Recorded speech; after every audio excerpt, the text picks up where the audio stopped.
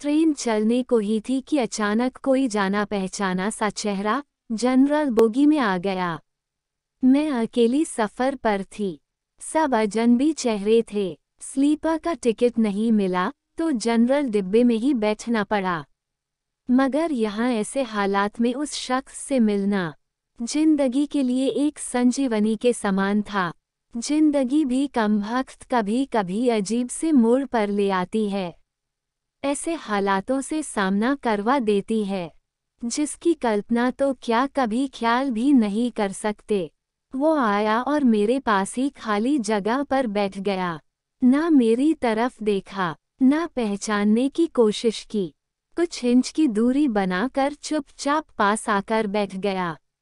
बाहर सावन की रिमझिम लगी थी, इस कारण वो कुछ भीग गया था। मैंने कनखियों से नजर बचाकर उसे देखा। उम्र के इस मोड़ पर भी कमबख्त वैसा का वैसा ही था। हाँ, कुछ भारी हो गया था, मगर इतना ज्यादा भी नहीं। फिर उसने जेब से चश्मा निकाला और मोबाइल में लग गया। चश्मा देखकर मुझे कुछ आश्चर्य हुआ।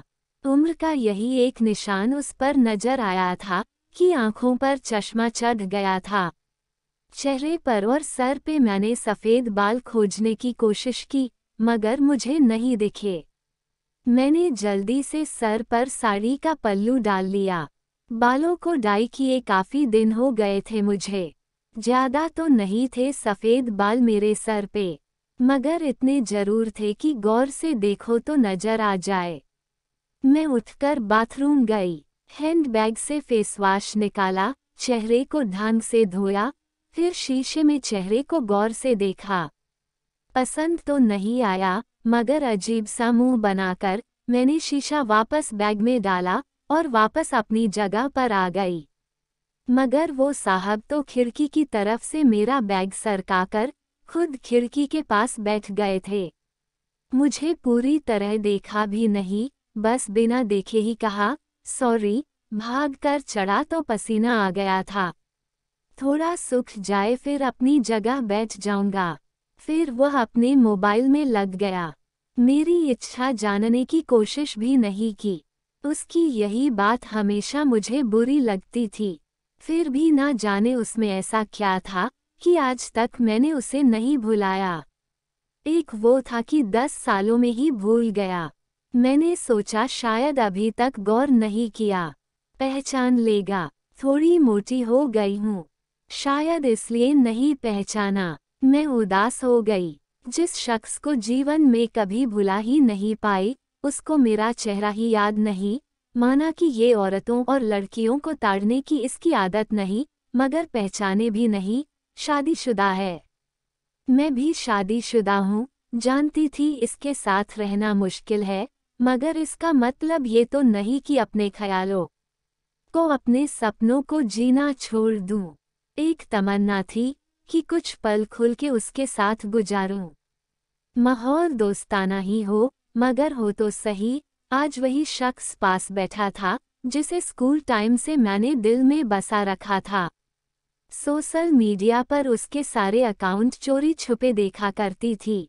उसकी हर कविता, हर शायरी में खुद को खोजा करती थी। वो तो आज पहचान ही नहीं रहा। माना कि हम लोगों में कभी प्यार की पींगे नहीं चली, ना कभी इजहार हुआ। हाँ, वो हमेशा मेरी केयर करता था और मैं उसकी केयर करती थी। कॉलेज छूटा तो मेरी शादी हो गई और वो फौज में चला गया। फिर उसकी शादी हुई। जब भी गांव गई, उसकी सारी खबर ले आती थी। बस ऐसे ही जिंदगी गुजर गई। आधे घंटे से ऊपर हो गया। वो आराम से खिड़की के पास बैठा मोबाइल में लगा था। देखना तो दूर, चेहरा भी ऊपर नहीं किया। मैं कभी मोबाइल में देखती, कभी उसकी तरफ। सोशल मीडिया पर उसके अकाउंट खोलकर देखे, तस्वीर मिलाए, वही था, पक्का वही। कोई शक नहीं था। वैसे भी हम महिलाएं पहचानने में कभी भी धोखा नहीं खा सकती। 20 साल बाद भी सिर्फ आंखों से पहचान ले। फिर और कुछ वक्त गुजरा, माहौल वैसा का वैसा था। मैं बस पहलू बदलती रही। फिर अचानक टीटी आ गया। सबसे टिकट पूछ रहा था। मैंने अपना टिकट दिखा दिया। उससे पूछा तो उसने कहा नहीं है। टीटी बोला फाइन लगेगा। वह बोला लगा दो टीटी। कहाँ का टिकट बनाऊं? उसने जल्दी से जवाब नहीं दिया। मेरी तरफ देखने लगा। मैं कुछ समझी नहीं। उसने मेरे हाथ में थमी टिकट को गौर से देखा, फिर टीटी से बोला कानपुर। टीटी ने कानपुर की टिकट बना कर दी और पैसे लेकर चला गया। वह फिर से मोबाइल में तल्लीन हो गया। आखिर मुझसे रहा नहीं गया।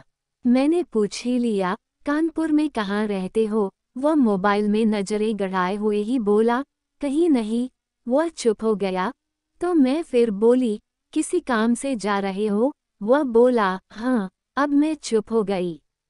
वह अजनबी की तरह बात कर रहा था और अजनबी से कैसे पूछ लूं किस काम से जा रहे हो।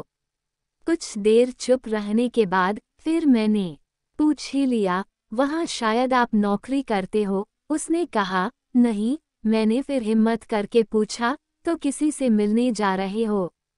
वही संक्षिप्त उत्तर नहीं। आखिरी जवाब सुनकर मेरी हिम्मत नहीं हुई कि और भी कुछ पूछूं। अजीब आदमी था। बिना काम सफर कर रहा था। मैं मुंह फेर कर अपने मोबाइल में लग गई। कुछ देर बाद खुद ही बोला ये भी पूछ लो क्यों जा रहा हूँ कानपुर। मेरे मुंह से जल्दी में निकला बताओ क्यों जा रहे हो। फिर अपने ही उतावलेपन पर मुझे शर्म सी आ गई। उसने थोड़ा सा मुस्कराते हुए कहा एक पुरानी दोस्त मिल गई जो आज अकेले सफर पर जा रही थी। फौजी आदमी हूँ। सुरक्षा करना मेरा कर्तव्य है। अकेले कैसे जाने देता, इसलिए उसे कानपुर तक छोड़ने जा रहा हूँ। इतना सुनकर मेरा दिल जोर से धड़का। नॉर्मल नहीं रह सकी मैं, मगर मन के भावों को दबाने का असफल प्रयत्न करते हुए मैंने हिम्मत करके फिर पूछा कहाँ है वो दोस्त। तंभक्त फिर मुस्कराता हुआ बोला यही मेरे पास बैठी है ना। इतना सुनकर मेरे सब कुछ समझ में आ गया कि क्यों उसने टिकट नहीं लिया, क्योंकि उसे तो पता ही नहीं था मैं कहाँ जा रही हूँ। सिर्फ और सिर्फ मेरे लिए वह दिल्ली से कानपुर का सफ़र कर रहा था। जानकर इतनी खुशी मिली कि आंखों में आंसू आ गए। दिल के भीतर एक गोला सा बना और फट गया। परिणाम में आंखें तो भीगनी ही थी। बोला रो क्यों रही हो? मैं बस इतना ही कह पाई तुम मर्द हो नहीं समझ सकते। वह बोला क्योंकि थोड़ा बहुत लिख लेता हूँ, इसलिए एक कवि और लेखक भी हूँ। सब समझ सकता हूँ। मैंने खुद को संभालते हुए कहा शुक्रिया मुझे पहचानने के लिए और मेरे लिए इतना टाइम निकालने के लिए। वह बोला प्लेटफॉर्म पर अकेली घूम रही थी, कोई साथ नहीं दिखा तो आना पड़ा। कल ही रक्षाबंधन था, इसलिए बहुत भीड़ है। तुमको यूं अकेले सफ़र नहीं करना चाहिए। क्या करती, उनको छुट्टी नहीं मिल रही थी और भाई यहाँ दिल्ली में आकर बस गए। राखी बांधने तो आना ही था। मैंने मजबूरी बताई ऐसे भाइयों को राखी बांधने आई हो जिनको ये भी फिक्र नहीं कि बहन इतना लंबा सफ़र अकेले कैसे करेगी। भाई शादी के बाद भाई रहे ही नहीं, भाभियों के हो गए, मम्मी पापा रहे नहीं। कहकर मैं उदास हो गई।